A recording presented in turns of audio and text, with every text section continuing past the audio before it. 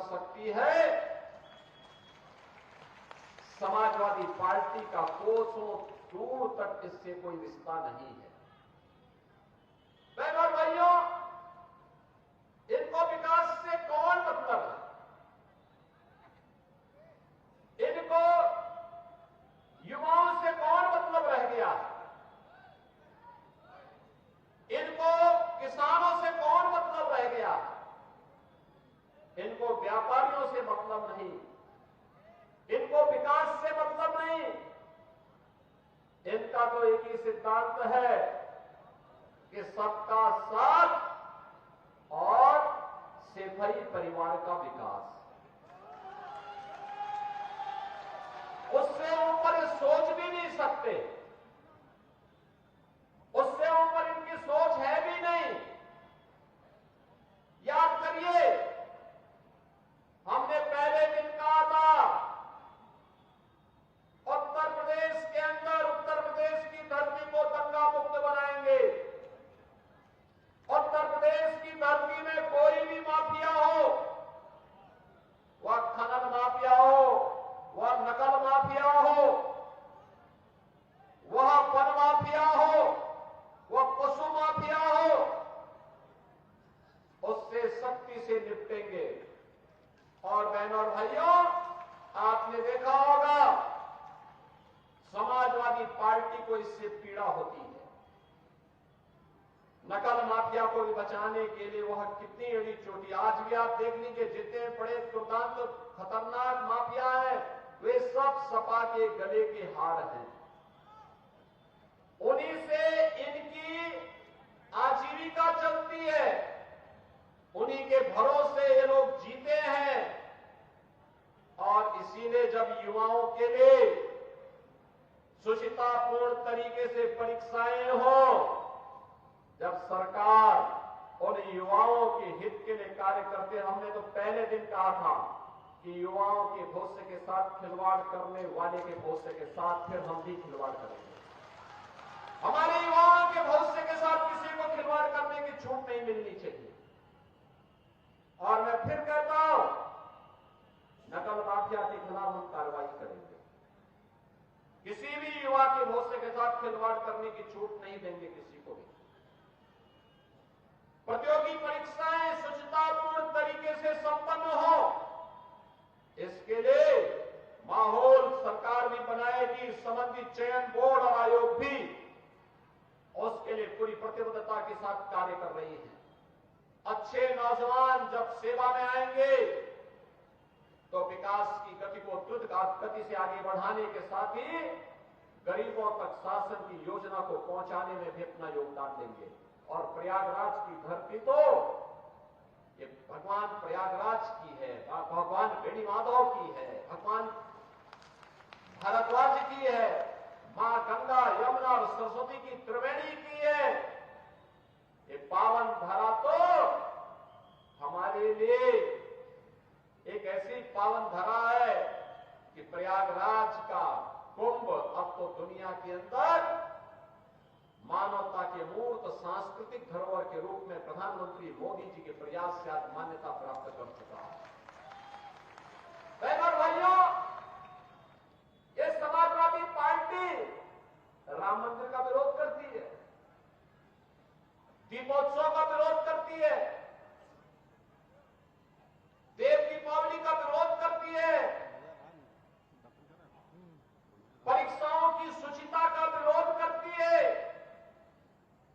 विकास के कार्यों का विरोध करती है, गरीब कल्याणकारी योजनाओं को, जो गरीबों को लाभ मिलता है, उसका भी विरोध करती है। यह तो केवल और केवल बांटने की राजनीति पे विश्वास करती है। बहनों और भाइयों, अयोध्या में 500 वर्षों का इंतजार क्यों हमें करना पड़ा था? क्यों करना पड़ा था? क्योंकि हम बटे थे। काशी में क्यों हमें अपमान झेलना पड़ा था? क्योंकि हम बटे थे। मथुरा में क्यों अपमान झेलना पड़ा? क्योंकि हम बटे थे। जब बटे थे तो कटे थे। बटना नहीं है, एकजुट होना है। याद रखना, भारत की आज की सबसे बड़ी चुनौती है जाति के नाम पर बांटने वाले लोग देश के दुश्मन की तरह काम कर रहे हैं। ये आपको जाति के नाम पर बांटेंगे, तुष्टीकरण की नीति पर चलेंगे। दुर्भाग्य से अगर सत्ता कभी ऐसे लोगों को मिल जाती है, देख गरीब हिंदू टकटकी लगाई देखते रह जाता है, लेकिन कभी उसको शासन की योजना का लाभ नहीं मिल पाता है। आपने पिछले 10 वर्ष में देश के अंदर 7 साढ़े 7 वर्ष में उत्तर प्रदेश के अंदर देखा होगा, 56 लाख गरीबों का मकान मिला, कोई भेदभाव नहीं। 2.5 करोड़ से अधिक गरीबों के घर में शौचालय बने, कोई भेदभाव नहीं। लगभग 2 करोड़ गरीबों के घर में उज्ज्वला योजना का रसोई गैस का सिलेंडर पहुंचा, कोई भेदभाव नहीं। बहनों और भाइयों, 1 करोड़ 56 लाख गरीबों को फ्री में बिजली के कनेक्शन मिले, कोई भेदभाव नहीं। 14 लाख किसानों के बिजली के बिल, ट्यूबवेल के बिल माफ किए गए, कोई भेदभाव नहीं हुआ। करोड़ों किसानों के से हम उनके धान और गेहूं की एमएसपी के दाम पर उपज खरीदते हैं, कोई भेदभाव नहीं हुआ, कोई भेदभाव नहीं हुआ। प्रदेश में 15 करोड़ और देश में 80 करोड़ गरीबों को फ्री में राशन दिया जा रहा है, कोई भेदभाव नहीं। 1 करोड़ परिवारों को उत्तर प्रदेश में वृद्धावस्था पेंशन, निराश्रित महिला पेंशन और दिव्यांगजन पेंशन में 12,000 रुपए महीने साल का दिया जा रहा है, कोई भेदभाव नहीं हुआ।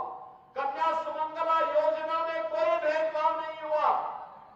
सामूहिक विवाह योजना में कोई भेदभाव किसी बेटी के साथ नहीं हुआ, क्योंकि हमारा तो कहना है कि बेटी सबकी बेटी होती है।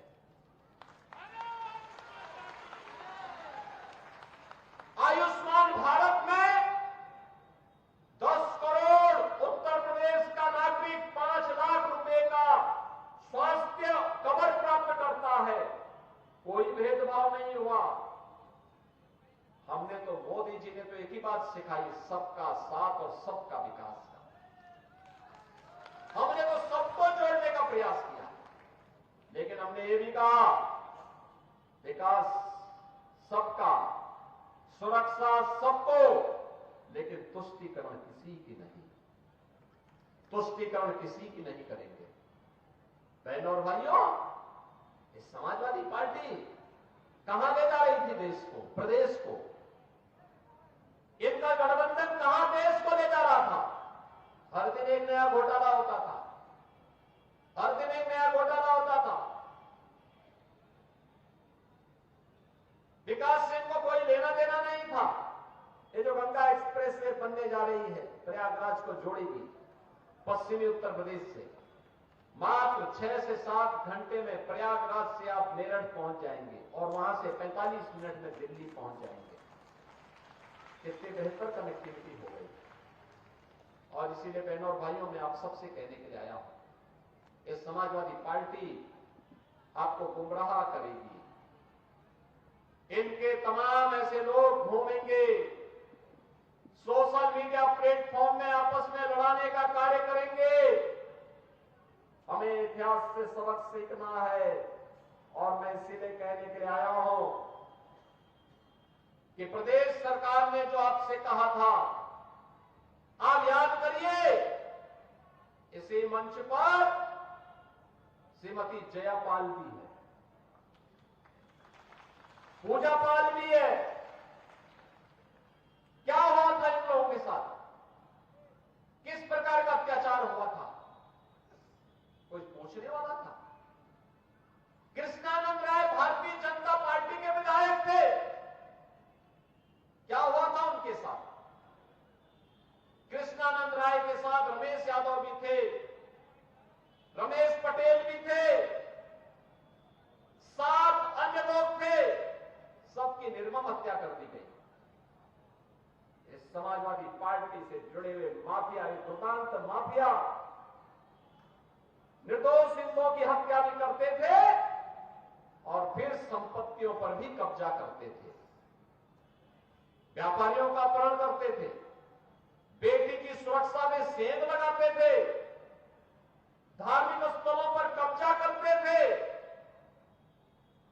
और फिर पर्व और त्योहारों में व्यवधान डाल करके अशांति पैदा करते थे। आज तो मैं कह सकता हूं हमारे उत्तर प्रदेश में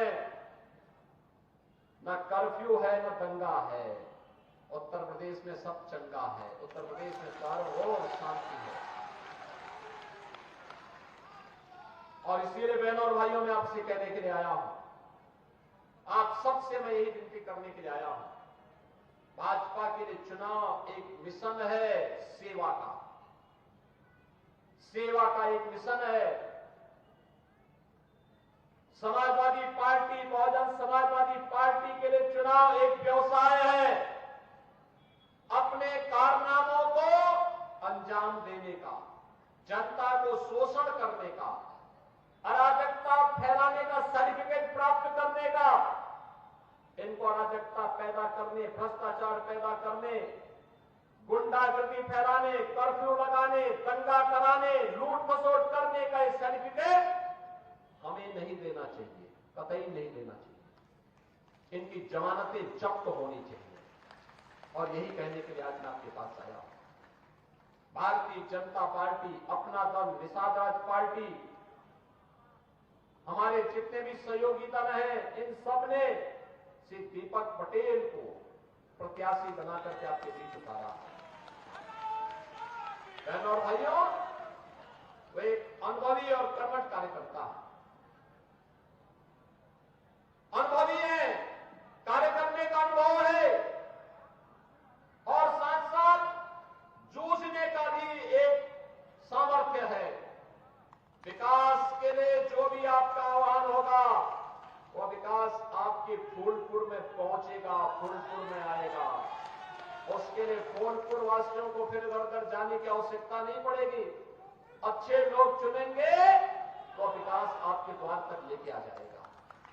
और इसीलिए मैं आपसे कहने के लिए आया हूं, 20 तारीख को जो चुनाव होने जा रहे हैं, इस चुनाव में से दीपक पटेल जी को कमल चुनाव चिन्ह पर भारी बहुमत से विजयी बना करके भेजना है।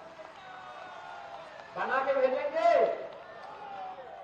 भोजपुर में थोड़ा दोनों हाथ पा करके आशीर्वाद लेकर के बताओ, मुझे आश्वस्त करो, आप सभी लोग आशीर्वाद देंगे? सभी लोग सहमत हैं? सभी लोग सहमत हैं? तो फिर मेरे साथ बोलेंगे, भारत